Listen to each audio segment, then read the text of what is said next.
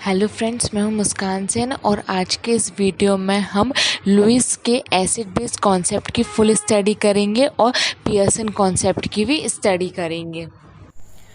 Lewis acid base concept और anhydrous acid base concept. In 1923, G.N. Lewis gave acid-base concept for anhydrous substance. 1923 में G.N. Louis ने अपना acid base concept दिया था anhydrous substance के लिए। दो सब्सटेंस मॉलिक्यूल और ions which accept electron pair are called acid. ऐसे सब्सटेंस मॉलिक्यूल्स या आयंस जो इलेक्ट्रॉन पेयर को एक्सेप्ट कर लेते हैं उनको हम एसिड बोलते हैं। तो ऐसे सब्सटेंस मॉलिक्यूल और आयंस जो इलेक्ट्रॉन पेयर को एक्सेप्ट कर लेते हैं उनको हम एसिड बोलते हैं। दोज सब्सटेंस मॉलिक्यूल और ions in which donate electron pair are called base. ऐसे सब्सटेंस मॉलिक्यूल और आयंस जो इलेक्ट्रॉन पेयर को डोनेट करते हैं उनको हम बेस बोलते हैं। Hence, it is proved that electron pair acceptor acid and electron pair donor are base. यही G.N. लुइस का एसिड बेस कॉन्सेप्ट था। उन्होंने कहा था कि जो ऐसे एटम्स मॉलिक्यूल और आयंस जो इलेक्ट्रॉन पेयर को एक्सेप्ट कर लेते हैं उनको हम एसिड बोलते हैं और जो इलेक्ट्रॉन पेयर को डोनेट कर देते हैं उनको हम बेस बोलते हैं। अब इसका एग्जाम्पल देखते हैं। NH3.BF3 ये एक एडक्ट है, ठीक है। इसमें नाइट्रोजन का एटॉमिक नंबर 7 होता है, हाइड्रोजन का 1 होता है, बोरोन का 5 होता है और फ्लोरीन का 9 होता है। तो इसमें 2,5 मीन्स इसकी लास्ट ऑर्बिटल में 2 इलेक्ट्रॉन प्रेजेंट है। इसमें 1, इसमें 2,3 और इसमें 2,7, ठीक है। तो नाइट्रोजन के पास लास्ट ऑर्बिटल में कितने इलेक्ट्रॉन्स है? 5 इलेक्ट्रॉन्स हैं। 1, 2, 3, 4, 5 और ये 3H के साथ शेयरिंग है। तो यहाँ पे 1 शेयरिंग, 1H के साथ शेयरिंग, यहाँ पे 2H के साथ शेयरिंग और यहाँ पे ये 3H के साथ शेयरिंग। यहाँ पे ये एक लोन पेयर है इसके पास शेयर करने के लिए। और बोरोन की लास्ट ऑर्बिटल में 3 इलेक्ट्रॉन्स होते हैं। तो ये 1, 2, 3 और फ्लोरीन की लास्ट ऑर्बिटल में 7 इलेक्ट्रॉन्स होते हैं और यहाँ 3 फ्लोरीन्स अटैच हैं। तो 1, 2 और ये 3। तो यहाँ पे ये जो लोन पेयर है ये इसको डोनेट कर देगा। तो ये क्या हो गया? डोनर हो गया और ये एक्सेप्टर हो गया। अगर ये डोनर है तो यहाँ पे ये डोनेट कर रहा है तो ये बेस कहलाएगा। तो यहाँ पे ये जो NH3 है ये बेस हो गया बिकॉज ये डोनेट कर रहा है, ओके। और ये एक्सेप्ट कर रहा है, बोरोन BF3 एक्सेप्ट कर रहा है, एक्सेप्टर हो गया ये। तो यहाँ पे ये एसिड कहलाएगा। मीन्स जो एक्सेप्ट कर रहा है उसको हम एसिड बोलेंगे और जो डोनेट कर रहा है उसको हम बेस बोलते हैं। यही G.N. लुइस का एसिड बेस कॉन्सेप्ट था। G.N. लुइस कॉन्सेप्ट में फर्स्ट हेडिंग है लुइस एसिड।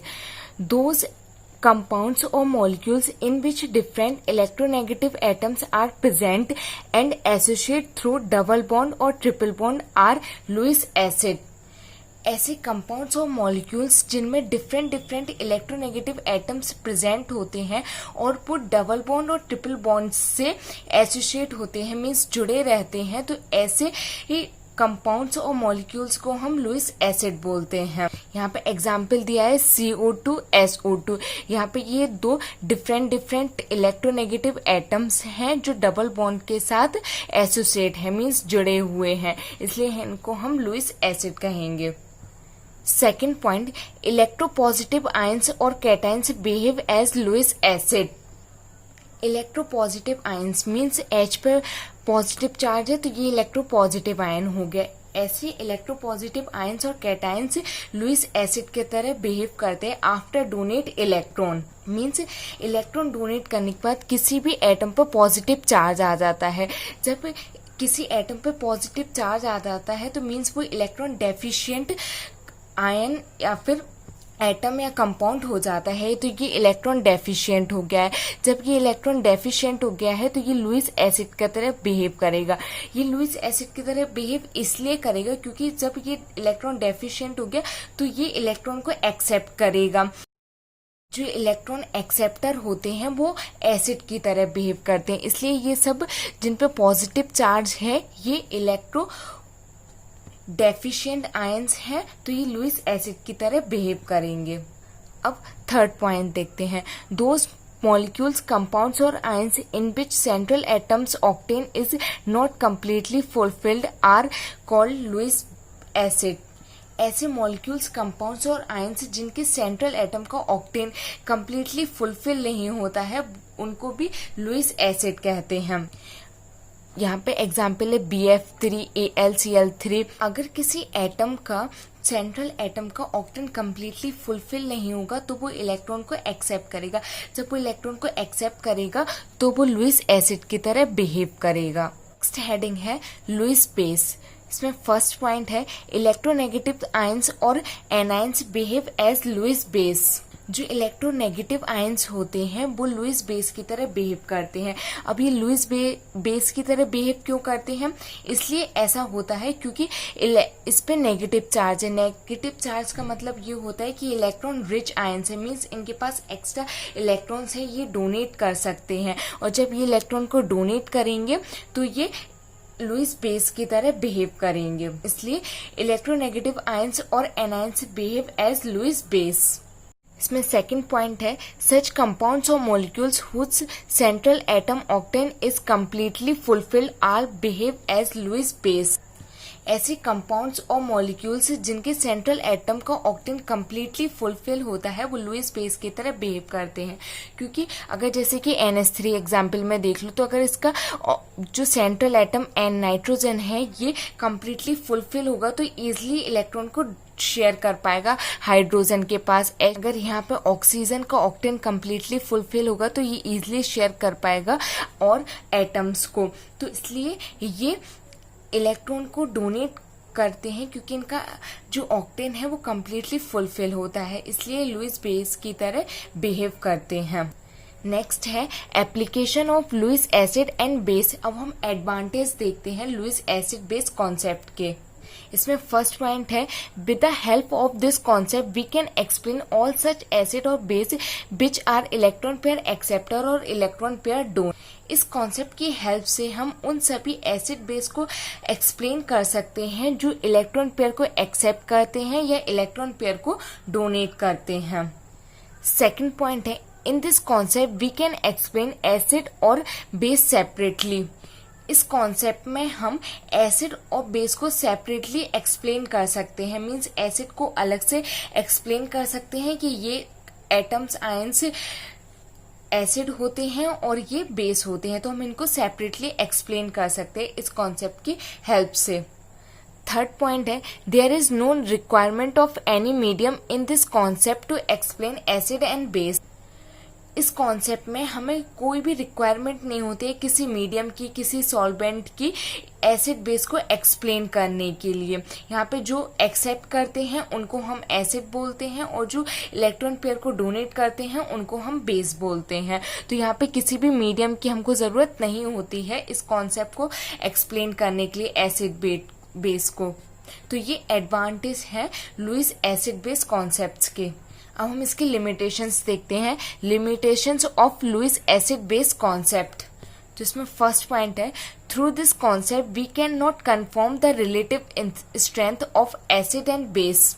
इस कॉन्सेप्ट में हम रिलेटिव स्ट्रेंथ एसिड और बेस की कंफर्म नहीं कर सकते, मीन्स हम इस कॉन्सेप्ट के थ्रू ये पता नहीं कर सकते कि कौन सा एसिड कितना ज्यादा स्ट्रॉन्ग एसिड या कितना वीक एसिड है, कितना ज्यादा वीक एसिड या फिर कितना ज्यादा वीक बेस है। तो ये इसका एडवांटेज या लिमिटेशन एसिड बेस कॉन्सेप्ट की है। अब लुईस कॉन्सेप्ट के बाद हम पढ़ते हैं Pearson acid base concept, electron polarisation concept, sharp concept और soft hard acid base concept. यहाँ पे एक साइंटिस्ट थे पियर्सन जिन्होंने लुईस के कॉन्सेप्ट को ही डेवलप किया था, इसलिए हम लुईस कॉन्सेप्ट के बाद पियर्सन कॉन्सेप्ट पढ़ेंगे। यहाँ पे साप कॉन्सेप्ट, इसको साप कॉन्सेप्ट भी बोलते हैं, soft hard acid base concept भी बोलते हैं, पियर्सन एसिड बेस कॉन्सेप्ट भी बोलते हैं, क्योंकि इसमें साइंटिस्ट पियर्सन थे जिन्होंने लुईस के कॉन्सेप्ट का डेवलपमेंट किया था। और इलेक्ट्रॉन पोलराइजेशन कॉन्सेप्ट भी बोलते हैं। इलेक्ट्रॉन पोलराइजेशन इसलिए बोलते हैं क्योंकि ये इलेक्ट्रॉन पोलराइजेशन पर ही डिपेंड है। और साप का यहाँ पे फुल फॉर्म होता है soft hard acid base concept. तो हम इस कॉन्सेप्ट की स्टडी करेंगे। For the development of Lewis concept, Pearson explained this concept on the basis of electron polarization. Electron polarization के बेसिस पर साइंटिस्ट पियर्सन ने लुईस कॉन्सेप्ट का डेवलपमेंट किया था। Pearson said soft word means is from strong acid और strong base whose polarization power value is high। यहाँ पर soft word का मीन्स स्ट्रॉन्ग एसिड और स्ट्रॉन्ग बेस है। यहाँ पे सॉफ्ट मीन्स यहाँ पे बोला गया है स्ट्रॉन्ग एसिड को और स्ट्रॉन्ग बेस को, जिसकी पोलराइजेशन पावर की वैल्यू हाई होती है। पोलराइजेशन पावर की वैल्यू हाई होना मीन्स ये है कि कोई दो अगर एटम्स हैं तो दो एटम्स, अगर एक एटम दूसरे एटम को इलेक्ट्रॉन शेयर कर रहा है तो वो कितनी जल्दी इलेक्ट्रॉन को एक्सेप्ट कर रहा है। अगर वो कोई एक एटम दूसरे एटम को इलेक्ट्रॉन शेयर कर रहा है, इलेक्ट्रॉन पेयर शेयर कर रहा है, तो अगर फास्ट शेयरिंग हो रही है तो यहाँ पे पोलराइजेशन पावर की वैल्यू हाई होगी। और अगर एक एटम से दूसरे एटम में इलेक्ट्रॉन पेयर की शेयरिंग हो रही है और वो स्लो शेयरिंग हो रही है तो यहाँ पे पोलराइजेशन पावर की वैल्यू लो हो जाएगी। तो यहाँ पे soft word means strong acid और स्ट्रॉन्ग बेस से है जिनकी पोलराइजेशन पावर की वैल्यू हाई होगी। मीन्स जो जल्दी इलेक्ट्रॉन को एक्सेप्ट कर लेंगे वो स्ट्रॉन्ग एसिड और स्ट्रॉन्ग बेस कहलाएंगे। Hard words stand weak acid and weak base whose polarisation power value is low. तो यहाँ पे हार्ड वर्ड का यूज किया गया है वीक एसिड के लिए और वीक बेस के लिए, जिनकी पोलराइजेशन पावर की वैल्यू लो होती है। मीन्स अगर यहाँ पे दो एटम्स हैं और एक एटम दूसरे एटम को इलेक्ट्रॉन पेयर शेयर कर रहा है तो वो बहुत स्लो एक्सेप्ट करेगा या फिर बहुत स्लो डोनेट करेगा। तो यहाँ पे तो पोलराइजेशन पावर की वैल्यू लो हो गई। अगर पोलराइजेशन पावर की वैल्यू लो है तो वो वीक एसिड और वीक बेस की तरह बिहेव करेगा और उसको हम हार्ड वर्ड से डिनोट करेंगे। अब इसमें फर्स्ट हेडिंग है soft acid. Those atom molecule और ions whose polarisation power value is high और they easily polarise to electron pair are called soft acid. तो ऐसे एटम्स मॉलिक्यूल और आयंस जिनकी पोलराइजेशन पावर की वैल्यू हाई होती है, मीन्स एक एटम दूसरे एटम से बहुत जल्दी इलेक्ट्रॉन को एक्सेप्ट कर लेता है, तो उसको हम सॉफ्ट एसिड बोलते हैं। एग्जाम्पल हैं Pt++, Hg++, ये इसके एग्जाम्पल्स हैं। मरकरी डबल प्लस, तो ये इसके एग्जाम्पल्स हैं। अब हार्ड एसिड देखते हैं। दोज एटम मॉलिक्यूल्स और ions which have low polarisation power value और they do not easily polarise electron और to accept electron pair are called hard acid. Means ऐसे एटम्स मॉलिक्यूल और आयंस जिनकी पोलराइजेशन पावर की value low होती है।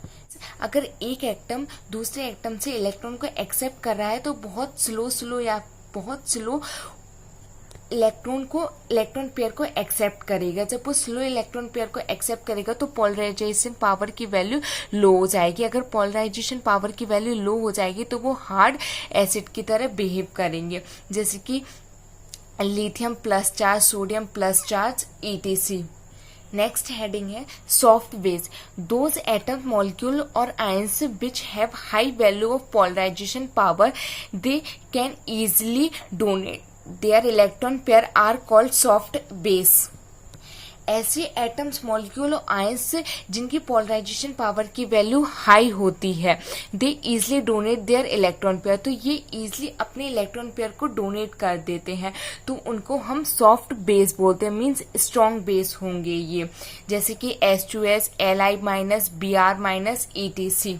यहाँ पे हम सल्फर के एग्जाम्पल से भी समझ सकते हैं। सल्फर का जो एटॉमिक नंबर होता है वो 16 होता है। मीन्स 2,8,6, तो इसकी लास्ट ऑर्बिटल में 6 इलेक्ट्रॉन प्रेजेंट है। यहाँ पे S, ये सल्फर 1, 2, 3, 4, 5 6, यहाँ पे 2H के साथ शेयरिंग किया है तो 1H यहाँ पे और 1H यहाँ पे, ये इसकी शेयरिंग हो गई। ओके तो इसके पास अब दो लोन पेयर प्रेजेंट है जो इजीली डोनेट कर सकता है। जबकि इजीली डोनेट कर सकता है तो इसकी जो पोलराइजेशन पावर की वैल्यू है वो हाई हो गई है, और जब इसकी पोलराइजेशन पावर की वैल्यू हाई है और ये इलेक्ट्रॉन को डोनेट भी कर पा रहा है क्योंकि इसके पास दो इलेक्ट्रॉन पेयर हैं, तो ये सॉफ्ट बेस की तरह बिहेव करेगा, मीन्स स्ट्रॉन्ग बेस है ये। हार्ड बेस ऐसे एटम मॉलिक्यूल और आयंस जिनकी पोलराइजेशन पावर की वैल्यू कम होती है तो वो इजीली इलेक्ट्रॉन को डोनेट नहीं कर पाते, और जब ये इजीली इलेक्ट्रॉन को डोनेट नहीं कर पाते हैं क्योंकि इनकी पोलराइजेशन पावर की वैल्यू कम होती है तो ये हार्ड बेस की तरह बिहेव करते हैं, जैसे कि H2O, NH3, F- Cl- ETC। तो यहाँ पे हम NH3 अमोनिया के एग्जाम्पल से समझते हैं। तो यहाँ पे अमोनिया का जो एटॉमिक नंबर होता है 7 होता है और हाइड्रोजन का 1 होता है। Okay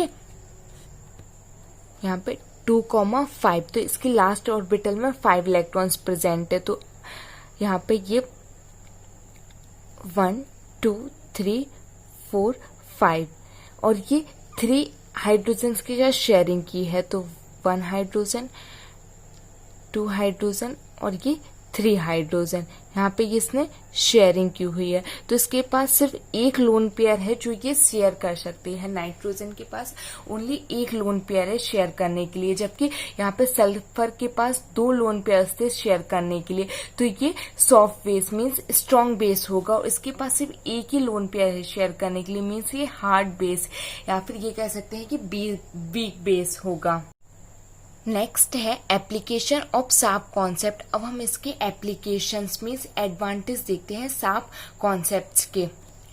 according to Pearson, those compounds which are the mixture of soft और hard is more stable. It have सब फॉलोइंग एप्लीकेशंस।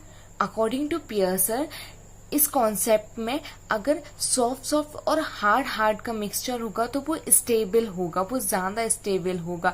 मीन्स अगर दो सेम चीजों को अगर हम मिलाते हैं तो वो ज्यादा अच्छे से मिक्स हो पाएंगी, मीन्स स्ट्रॉन्ग बॉन्ड बना पाएंगी, तो वो स्टेबल होंगी। सॉफ्ट और हार्ड का मिक्सचर स्टेबल होगा। अगर ये सॉफ्ट हार्ड का मिक्सचर लेंगे तो वो अच्छे से मिक्स नहीं हो पाएगा, जब वो अच्छे से मिक्स नहीं हो पाएगा तो वो अनस्टेबल होगा, किसी भी चीज से वो टूट जाएगा। अगर हम सॉफ्ट दो सेम चीजों को मिलाते हैं तो वो आसानी से ब्रेक नहीं हो पाएंगी, इंसॉल्वेबल नहीं हो पाएंगी। तो ये स्टेबल होता है सॉफ्ट और हार्ड का mixture according to Pearson concept. इसी में फर्स्ट हेडिंग है solubility of compounds. According to this concept, mixture of soft और hard are insoluble in water। तो इस कॉन्सेप्ट के अकॉर्डिंग सॉफ्ट और हार्ड का मिक्सचर इंसॉल्युबल होता है वाटर में। मींस अगर सॉफ्ट का मिक्सचर है या फिर हार्ड का मिक्सचर है तो वो वाटर में सॉल्युबल होगा ही नहीं। इसका एग्जाम्पल देखते हैं। HgOH का whole twice is soluble in water because Hg++ is a soft acid and OH- is hard base mixture, while HgS is insoluble in water because Hg++ charge is soft and S- is a soft base mixture। HgOH का whole twice ये soluble होता है water में क्योंकि Hg++ charge soft acid है और OH- hard base है। यहाँ पर Hg++ सॉफ्ट एसिड हो गया जबकि OH- हार्ड बेस हो गया, तो ये सॉफ्ट हार्ड का मिक्सचर हो गया। अगर ये सॉफ्ट हार्ड का मिक्सचर है तो ये सॉल्युबल होगा वाटर में क्योंकि ये अनस्टेबल होता है, जबकि HgS insoluble in water because Hg++ charge soft acid और S- is a soft base.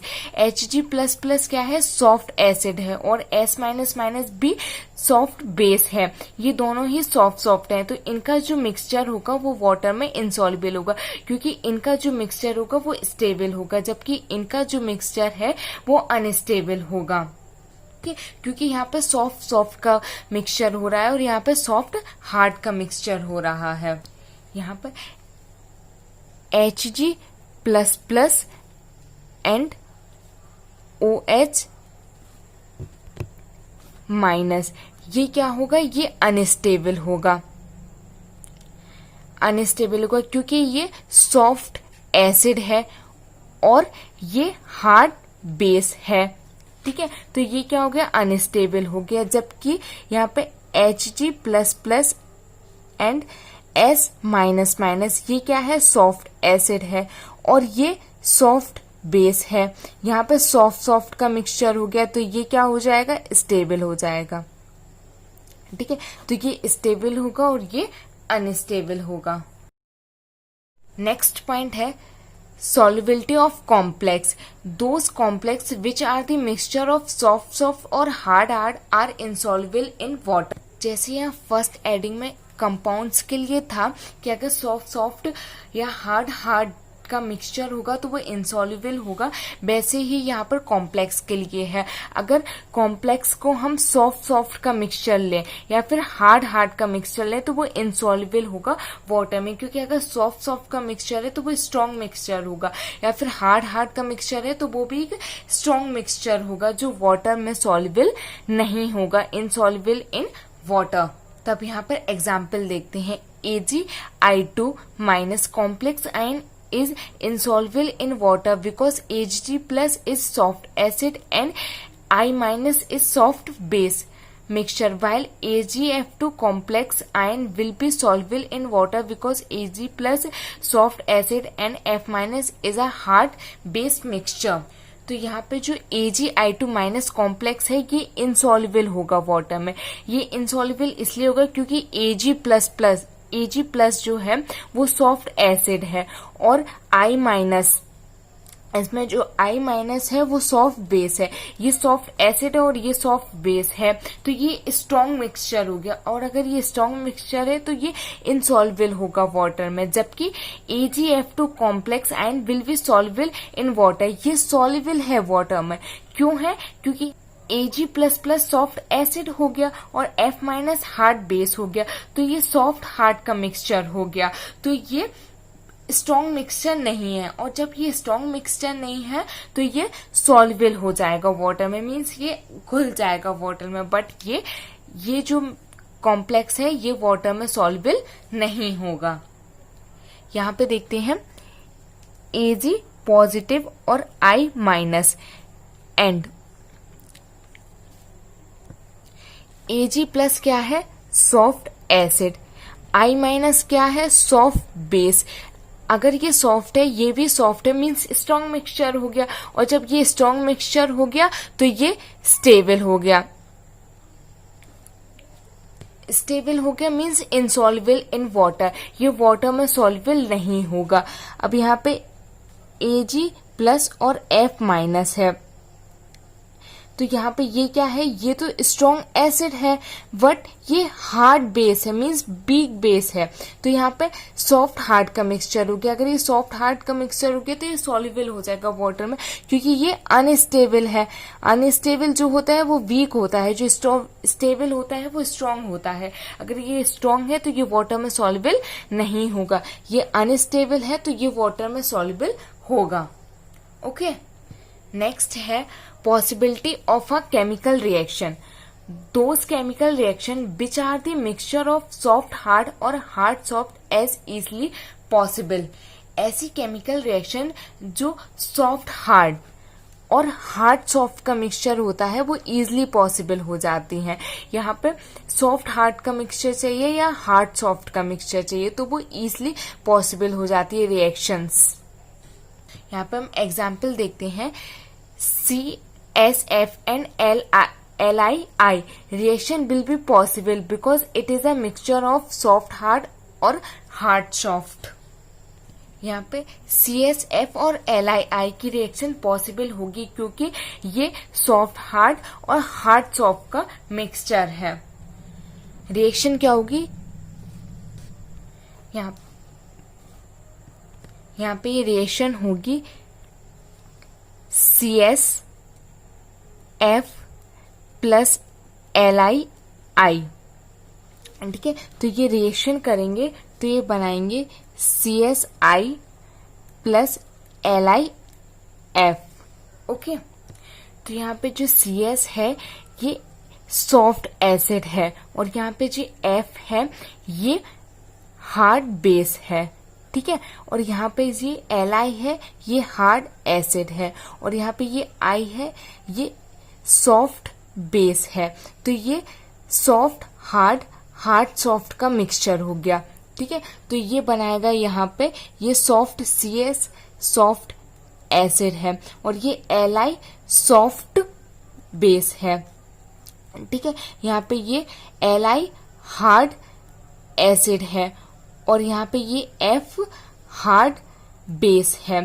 तो यहाँ पे ये सॉफ्ट हार्ड, हार्ड सॉफ्ट मिलके सॉफ्ट सॉफ्ट और हार्ड हार्ड का मिक्सचर बना देते हैं। तो ये रिएक्शन पॉसिबल हो जाएगी। जहाँ पर सॉफ्ट हार्ड और हार्ड सॉफ्ट की रिएक्शन होगी तो वहाँ पे सॉफ्ट सॉफ्ट और हार्ड हार्ड का फॉर्मेशन हो जाएगा, तो ये रिएक्शन पॉसिबल हो जाएगी।